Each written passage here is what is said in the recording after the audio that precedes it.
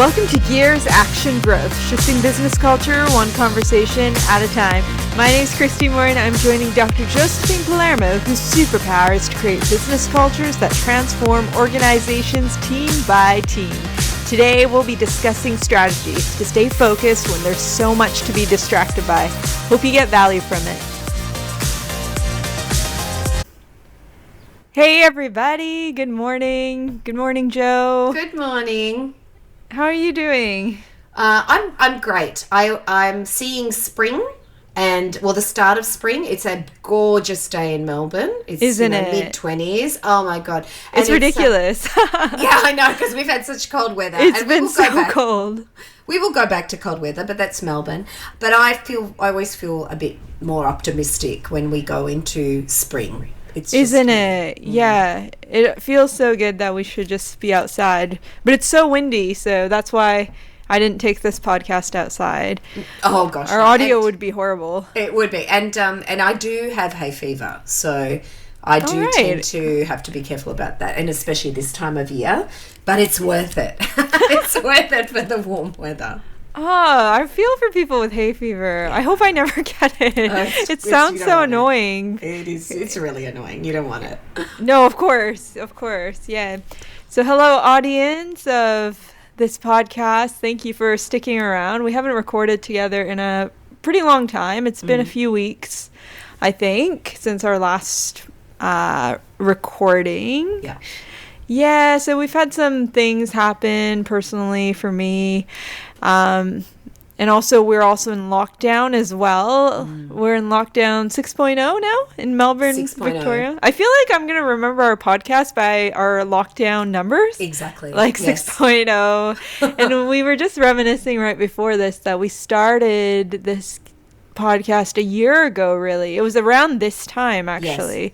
And I remember that it was one of the first ones I've ever committed and worked on, and I made Joe go into a closet, I think, because I was like, oh, I don't really have a soundscape place either, because I couldn't go to my bathroom, or I was, oh, do you have a closet? So we were both in our closets, and then we realized if you have a good microphone, then you don't need to be in a closet. You don't need the closet.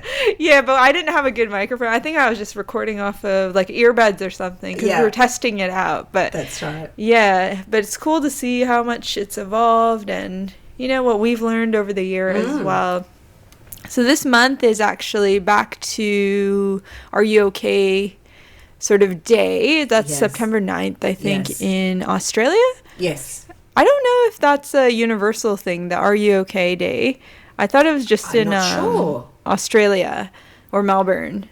Yeah. Yeah, so, I'm not sure, Christy. Yeah, that's how so this year and this time we've got to, that's our inspiration, really.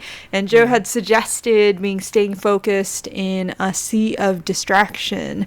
So are you guys feeling distracted lately? And if you're in lockdown like we are, I'm sure that sitting in and having cabin fever and staring at screens doesn't help at all. That's right. So we're going to try to talk about what distraction does to our productivity, and maybe we're going to talk about some things that we personally are trying to do ourselves so we can get more focused, and if it helps you guys, that would be great as well. So there's just a discussion on just making sure that we are aware of not just our mental health, but all holistically, our physical, our spiritual, every single part of our lives. Absolutely. And, particularly right now, and this is, globally, there is so much going on, particularly in a negative space. So there's a lot of bad news.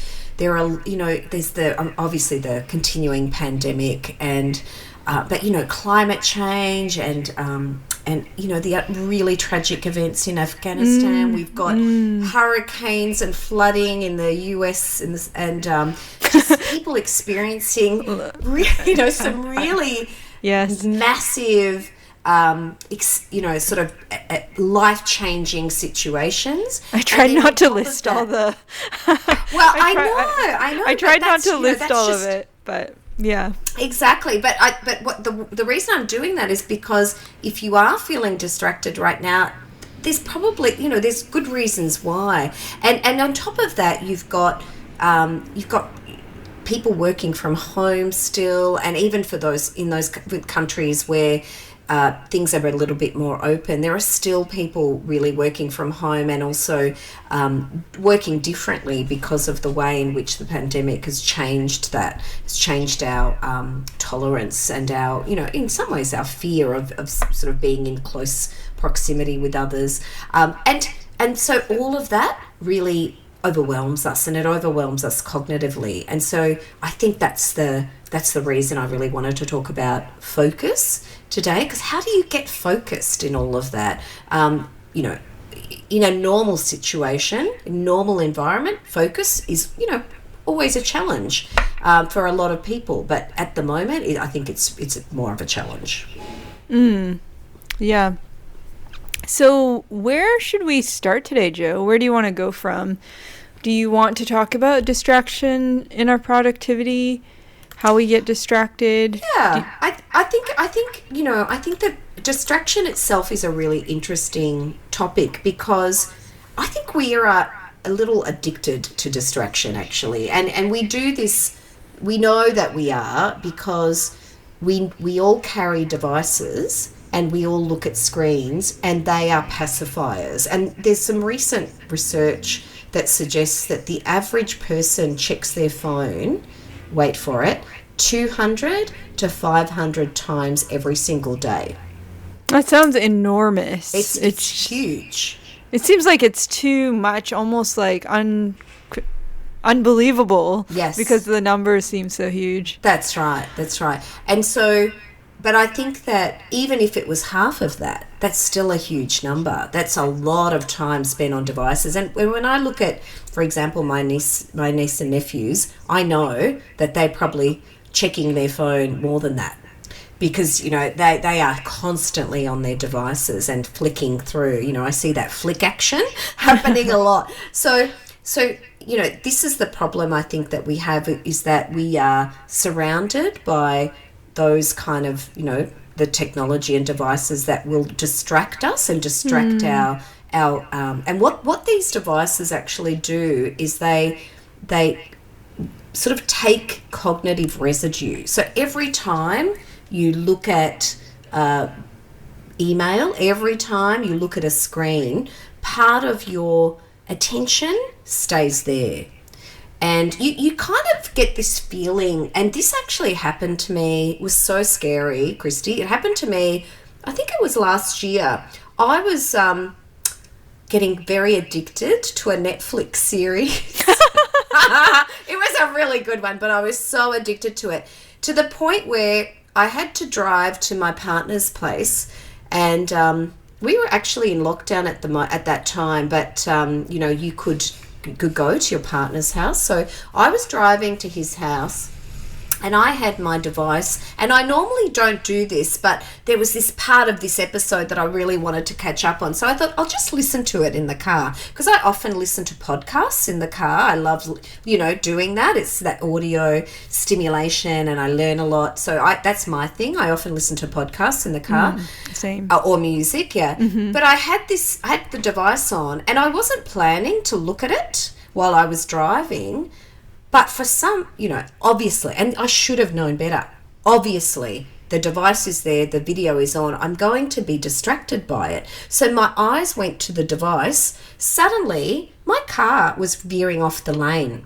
And when you have the road with the sort of median strip in the middle. So my tyre hit the curb. Luckily, it wasn't another car. I would have had a major accident. Wow, my tyre hit the scary. curb. Yeah, very scary. My tyre hit the curb, and then I corrected myself, and I took a big chunk out of my tyre. But it wasn't worse than that. Luckily, it could have been a lot worse. And so that is a real example of that attention residue. My attention, firstly, I was distracted, and then my attention was left on that screen to the point where I didn't have enough cognitive attention to say, hey, I'm driving. My eyes should be on the road. Wow. So Yeah, it was scary. And it really taught me a lesson, and I never turn on a video in the car anymore now. You know, because a lot of cars have that functionality where you can actually play a video on your dash, and I can't do that.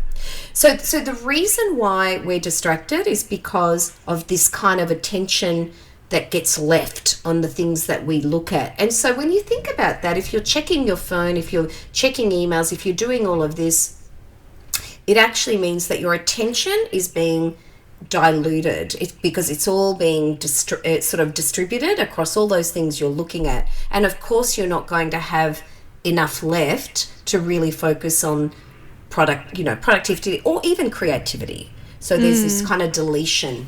And so that is actually, that's the problem with distraction. It's it takes our cognitive ability away, you know, and distracts our cognitions to those things that probably matter less in our day, and then we don't have enough left to do the things that matter more in our day. And that's the main thing, I think. I think what I'm actually distracted by the show that you were so willing to risk your life for, actually. You could tell me later if it's an embarrassing show, but is it like a pretty popular show that you were really into? It was really popular, and I don't know if it was popular. It was, and you know what? It's so weird. I can't remember the name of it.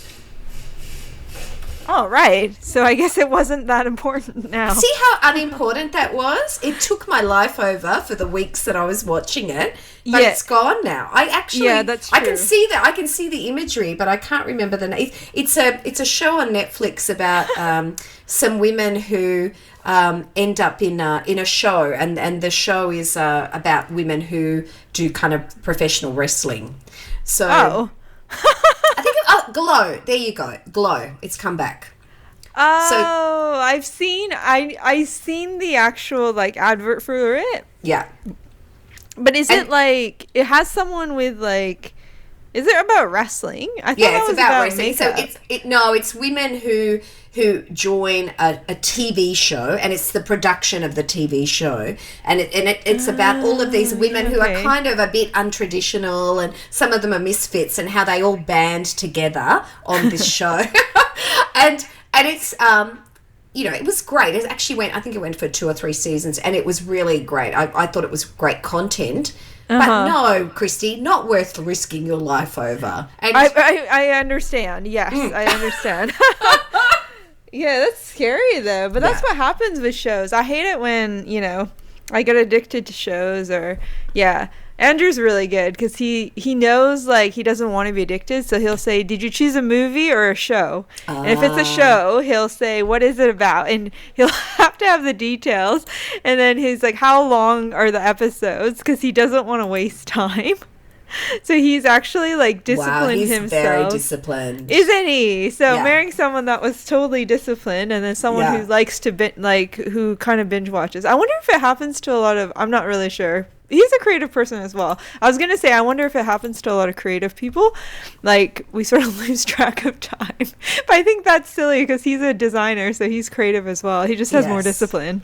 Yeah, I think that there's probably something that he's identified, and so what and this is the thing, you can get back to focus by identifying what are the triggers that distract you. And so what he's very clever, Andrew, my hat goes off to, because what Andrew is doing is saying, I'm going to be triggered by that, I might get addicted to that, let's just stop it before it happens.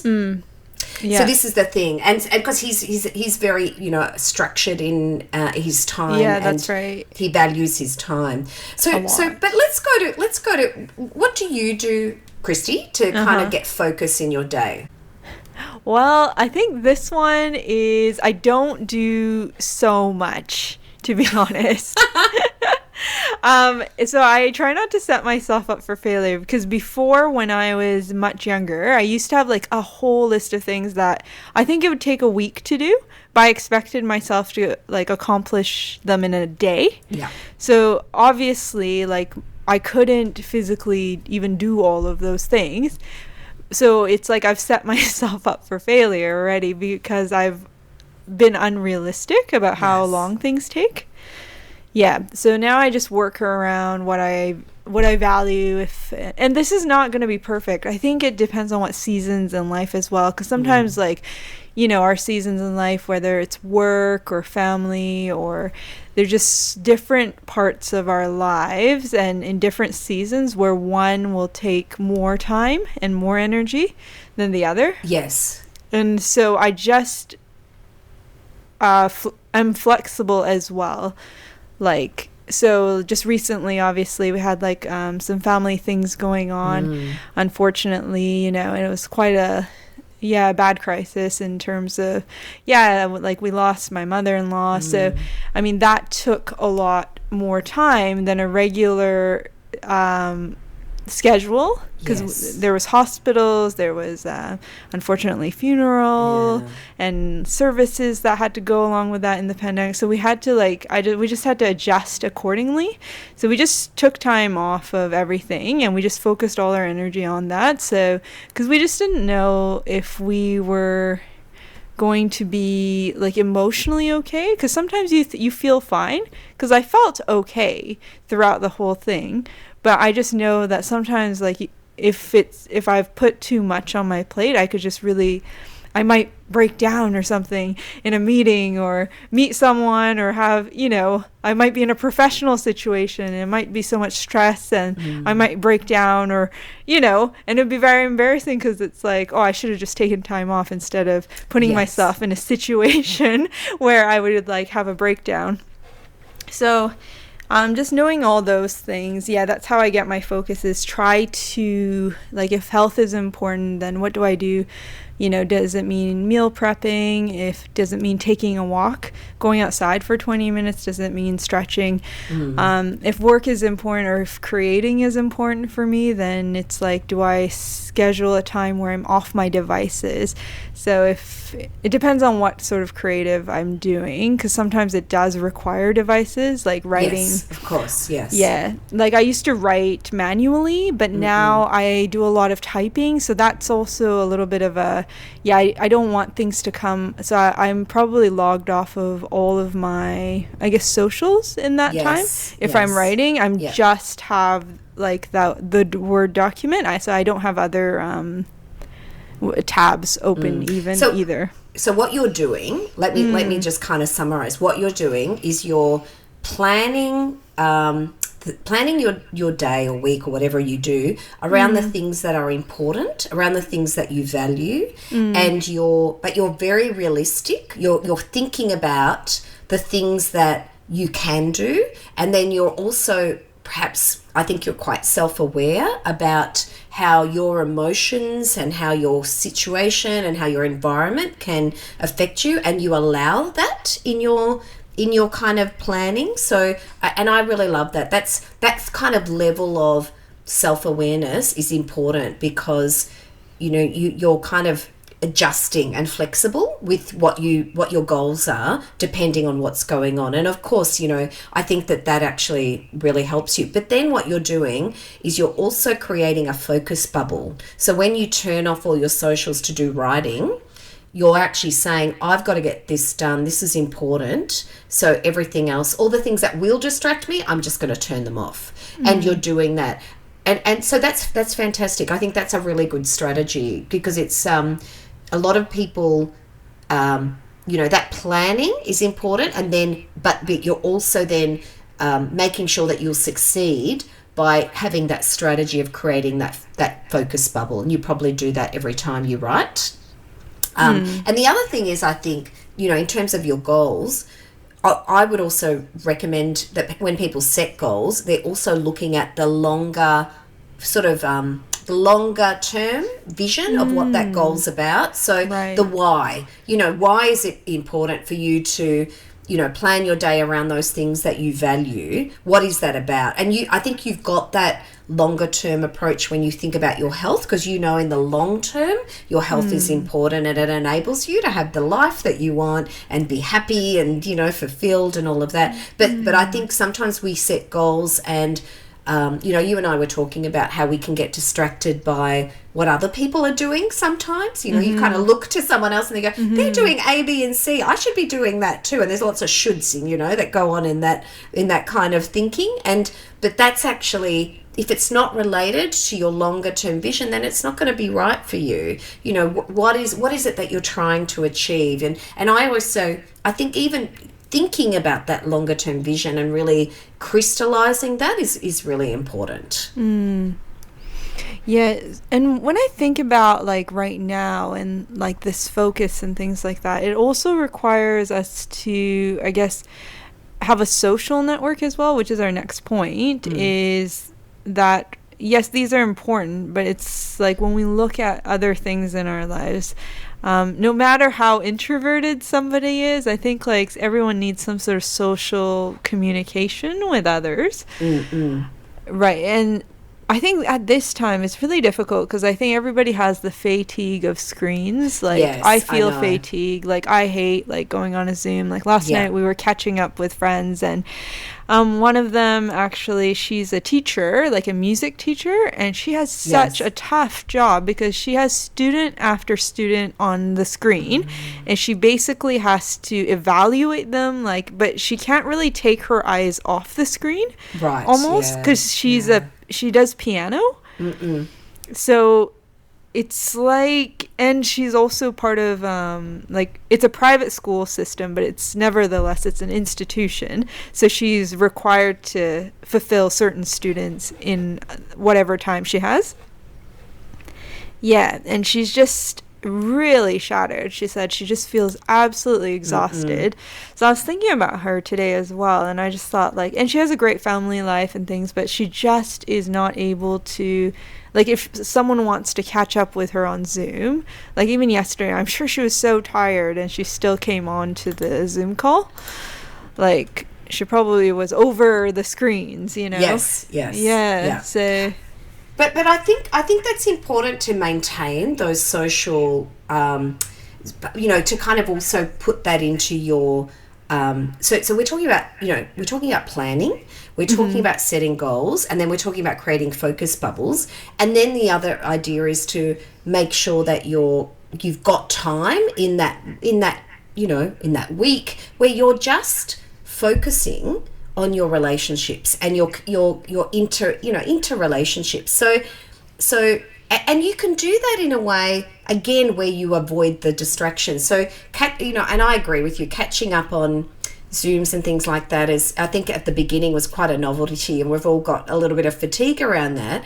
But you can still get on the phone, you can still kind of, and if you're not in lockdown, you can catch up. But it's actually about just focusing on the heart when you're there, not overwhelming yourself with that kind of, with sort of, anything to do with any cognition. It's just focusing on the heart, getting those, like, even those virtual hugs, talking to people about how they are, and that small conversation that actually helps us feel connected and really feeling more curious about each other. So I think that's really important. And then also being able to say to someone, hey, this was a great conversation. I'm going to go back because I've got to focus on something now. And being clear about your expectations about when you're focusing on your task and when you're okay to have that chit chat and have that, kind of social time. Because I think people often get distracted in workplaces too. In open plan workplaces, they get distracted, or perhaps they don't think they can work in an open plan.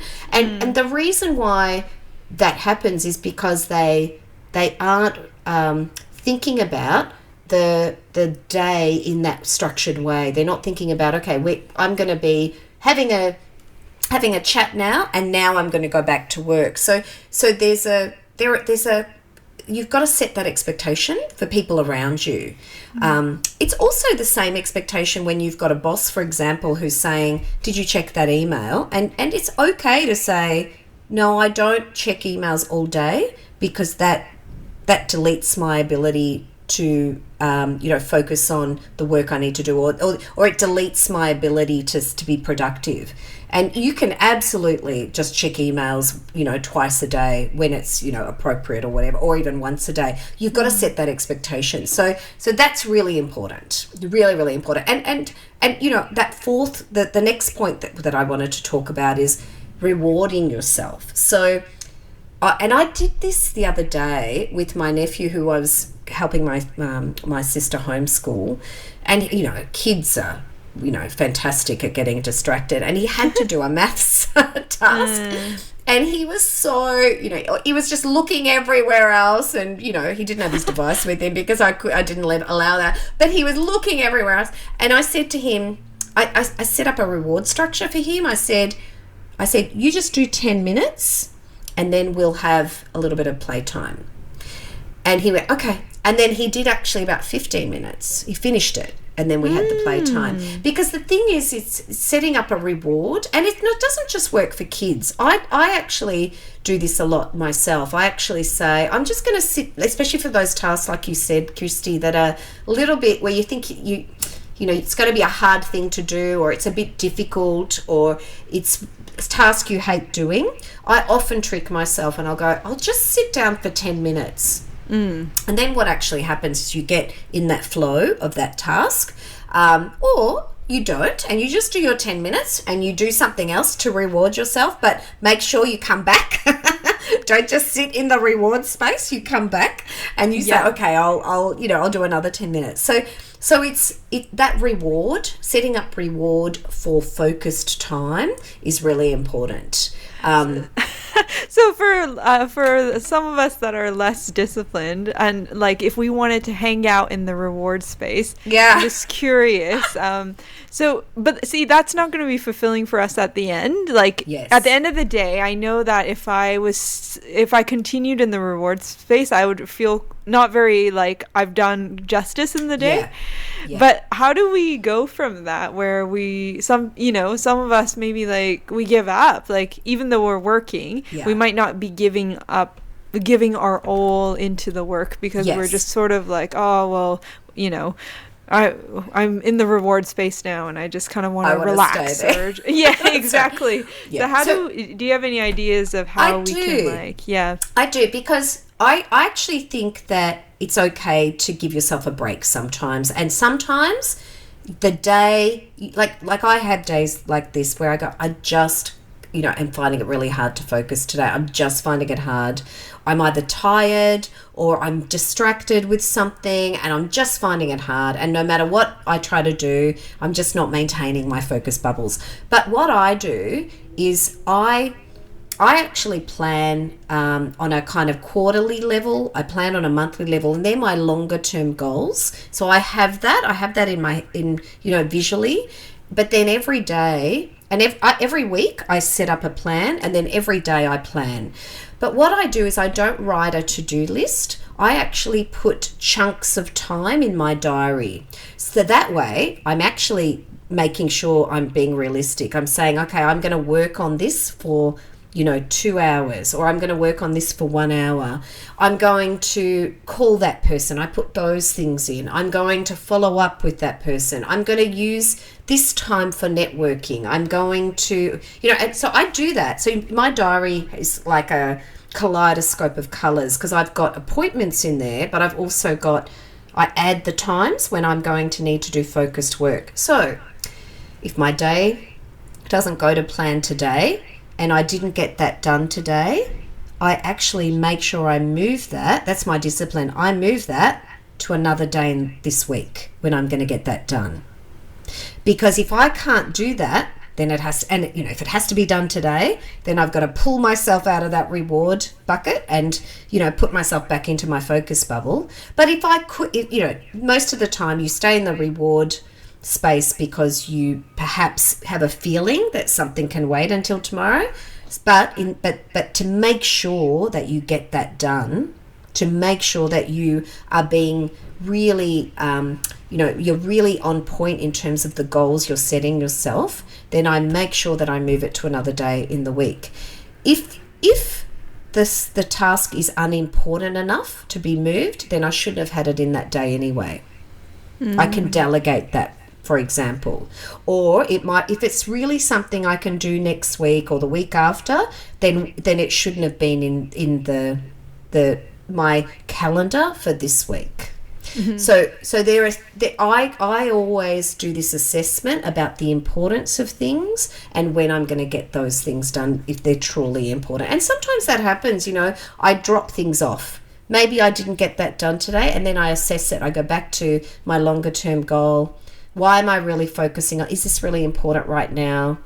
And particularly when other things come across the top, there might be other things happening that take precedent. I go, okay, I'm going to leave that. And what I also do is I use a Kanban wall. Some of the listeners might not know what that is, but that's just basically a list. I use a digital list, but that's a list where you have columns on backlog. They're the things I'd like to get to, but I'm not going to get to in the near future.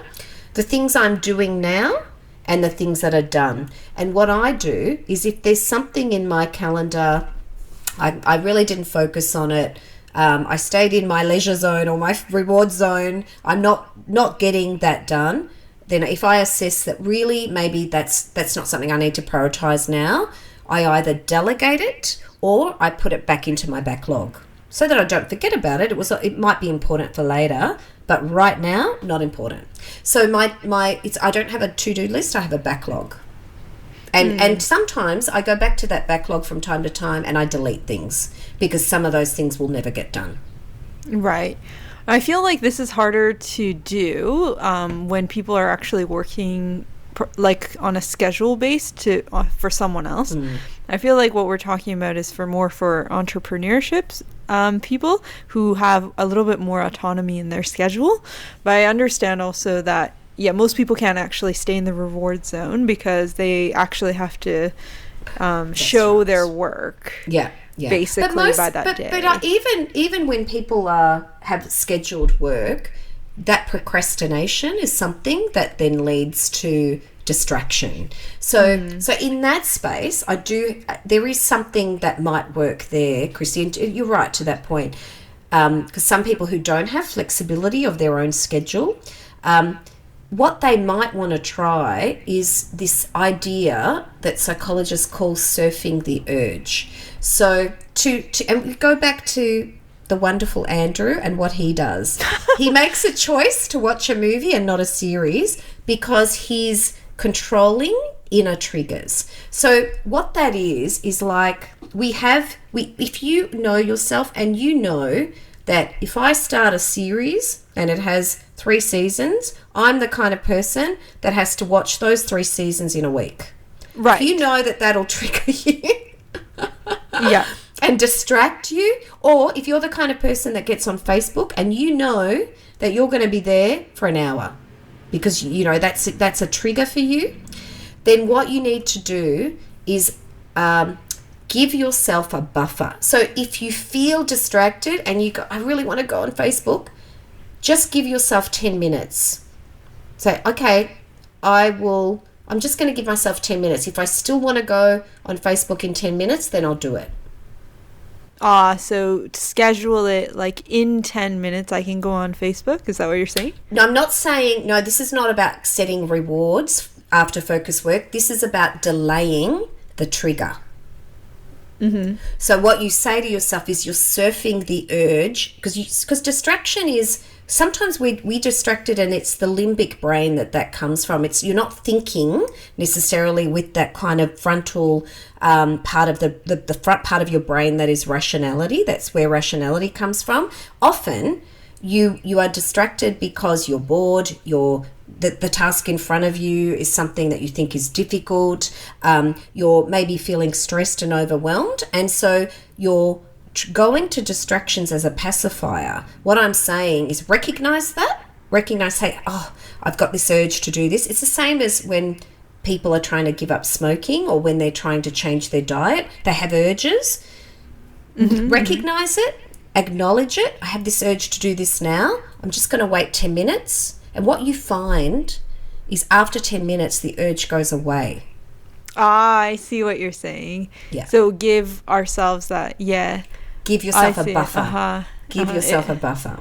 So it's like if you're craving something, like craving a donut or something, you can wait and then 10 minutes at least. Yes. And if you still want it, then you can go and get it and not, I see what you're saying. The distractions we create in our lives around technology are the same as they're the same triggers as what, for example, triggers, kind of risk behavior or triggers, eating maybe something that you regret later, all of those kind of things. Right. It's the same cognitive process. So if you delay that behavior, you're more likely to then because what happens is you delay that behavior, you tend to do something else, and then you get into the flow of what you're doing, and you delay the urge. And so then you can then think more rationally, because often, and look, I do this too, often you're in a fog, you go onto your device as a habit. It's not something that you don't maybe feel the urge, it's more like it's a habit and you check it. So if you're really feeling like you need to focus, then make different decisions around those habits. So as you see yourself going to your phone, it's almost like having a little bit of self-awareness around that. Say, hang on a minute, I'm in distraction land now. I'll give myself 10 minutes. So even if you go and you open up the email, or you open up the app, or you open up your gaming app, or you open up your Facebook app, if you can stop yourself from actually diving in, go, I'll come back in 10 minutes. That's all you have to say to yourself. I'll come back in 10 minutes. Mm-hmm. So that's actually a circuit breaker for you. For people who are more like feeling the immediate urge, like if they got a text or an email or something from their boss in a work situation, I'm saying, and they just feel like they need to respond right away, and maybe their relationship with their boss is like that, where they are required to respond like ASAP. How do you think, this is just out of curiosity, I'm not saying, thank heavens you're not like that, you don't expect me to respond to ASAP, but I do respond all right, but it's not ASAP, I think. No. But but for people who are like in that sort of dynamic at their work, how could you advise them in another way? I think that people need to talk about productivity a lot more than they do. Teams need to talk about productivity a lot more than they do, because these habits become ways of working that then become default, and people stop to really understand why they're doing something. So if you have the kind of job where you have to respond ASAP, and it's part of the work, and it's really impacting the work if you don't respond ASAP, I get it. That's fine. But like if your job, the nature of the job, but if your job is a job where really if you didn't respond ASAP, you wouldn't stop a workflow, you wouldn't be, stopping anything from happening at work. People can still continue to do the work, the team can still function without you responding ASAP, then you have to have a conversation about people's expectations around that. And there might be, this is what I always do, I always say to people, if you need me ASAP, give me a call. Right. Because I'm not going to be checking my SMS. I'm not going to be on my device when I'm focusing on work. So I set that expectation. And then if I see a call coming in, I know, okay, it's important enough. They need me right now. Right. Yeah. Yeah. Or some teams might say, if we send an SMS, that's urgent, but if we call, it's not urgent. Whatever that is that kind of helps you and your boss, or you and your team to kind of have communication rules in a way. It's kind of norms around how you communicate urgency and how you communicate the rest. Yeah. I used to have a boss who used to text all of us like 20 times a day. Oh, wow.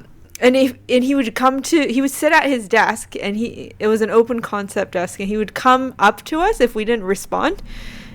So we could never get anything done. Yes. And this is just the way he functioned, and nobody had ever. And I think this is what the thing is, if listeners are in a situation where, I think, like, there were all these people who had worked with this person for like more than a year, 2 years, whatever. I worked with them for maybe a few months because I just couldn't, even that was too long for me. Yeah. I just couldn't. Like, I was like, I can't live like this, it's basically. Because we're not doing anything that's related to our work, but we're supposed to be doing our work anyways. But we couldn't do anything related to our work because day in, day out, it was like that. So I guess, like, I had to make a choice, like, oh, well, I can't see myself in the next 3 months or the next day even. It's like, I don't even know why I was able to hold it out for so long. But, like, yeah, like, my friend, she was there for 5 years, and I was quite shocked because she just basically dealt with this, and she would do extra work, like, outside to catch up. Well, there you go. And why? I mean, why allow that? So often we think that this is just the way things are done. But if you keep asking why, and, as a team, I'm sure that the team would have really valued a different way of doing things, and all someone had to say was, hey, boss, whatever your name is, could we have a chat about productivity? Because we've got some ideas of how to increase our productivity. I mean, which boss in their right mind is going to say, no, I don't want to hear that? Well, I think this person actually had a lot of mental health issues. Okay. So then there's variations. Yes, because he didn't want to hear it. Yeah.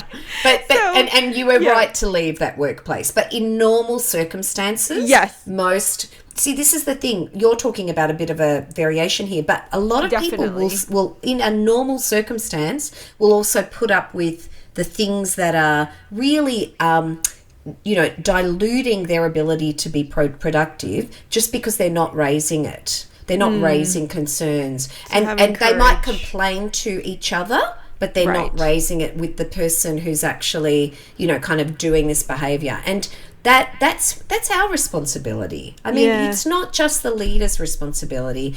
Yeah. We need to be constantly looking at how we can improve what we're doing, but also how we as a team can improve. And so that's everybody's job.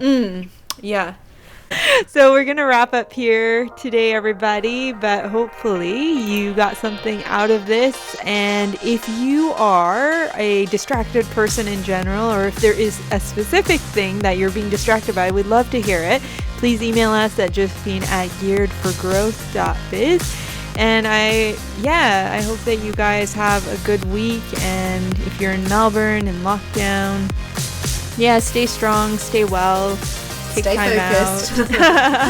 Stay focused, yes. But email us with your questions or your comments, or if you just want to share a story, we could definitely share without revealing who you are. Yes. And we'd love to hear it. We'd love to get more audience interaction, that's for sure. And let us know what other topics you want to hear this month in terms of staying focused or in terms of wellness even. So, take care, everybody, and speak to you soon. Bye. Bye.